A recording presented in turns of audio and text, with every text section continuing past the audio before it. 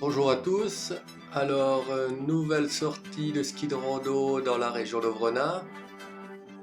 Objectif du jour en ce 15 février 2025, l'ascension de Titasserie à 2851 mètres d'altitude.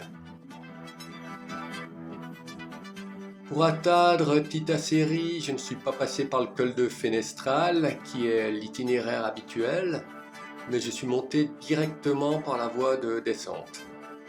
Et ce ne fut pas la meilleure idée que j'ai eue de la journée. En effet, la montée depuis le Loy est particulièrement raide et il était également tombé entre 30 et 50 cm de neige les jours précédents.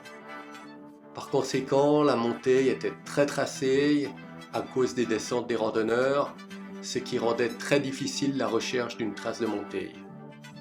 En plus, pour une mi-février, il faisait très chaud. Et en bonus, j'ai attrapé un gros coup de soleil car je n'avais pas vu que l'indice UV était passé de A à 3 pour la première fois de l'année ce jour-là. Arrivé au sommet de Tita, j'ai eu un petit souci technique avec mes skis. En effet, j'ai l'habitude de mettre les pots sur les skis la veille d'une sortie. Cette fois, les pots sont restés 2 jours sur les skis quand je comptais randonner la veille, mais le temps était mauvais. Finalement, je n'y suis pas allé et les pots sont donc restés 2 jours sur les skis au lieu d'un.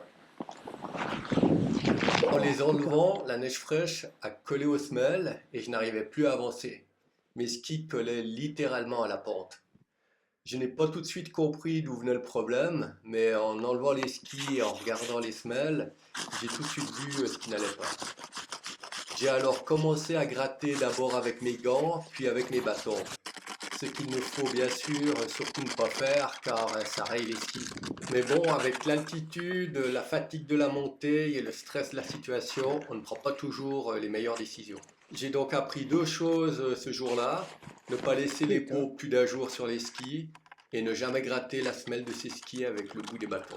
Descente compliquée ce jour-là car j'étais assez fatigué par la montée et l'épisode des skis qui collaient à la neige n'a rien arrangé. En plus, la grande quantité de neige fraîche déjà tracée et la pente très prononcée m'ont posé pas mal de difficultés ce jour-là.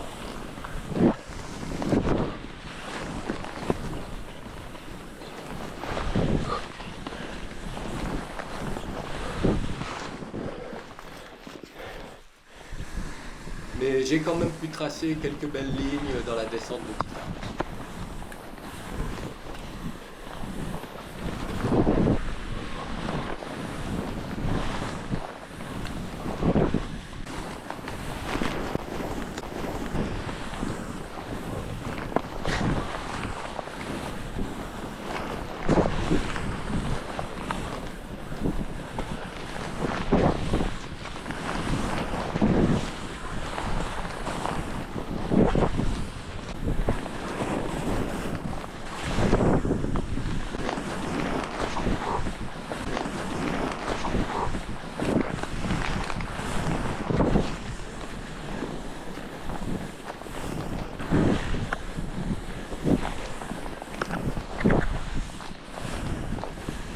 Wouhou!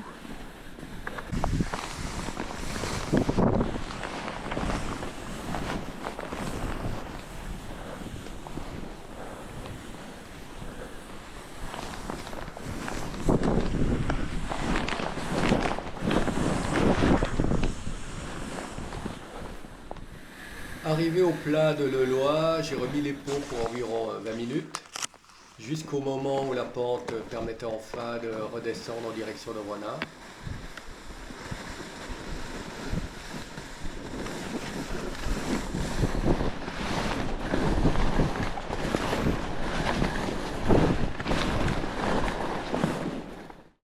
Comme toujours, le secteur hors-piste entre le départ du télésiège de Petit Pré et la connexion avec les pistes du domaine skiable de Vrenat est très ludique, notamment le secteur bosselé, sans oublier la piste noire, toujours incroyable à skier, peu importe les conditions.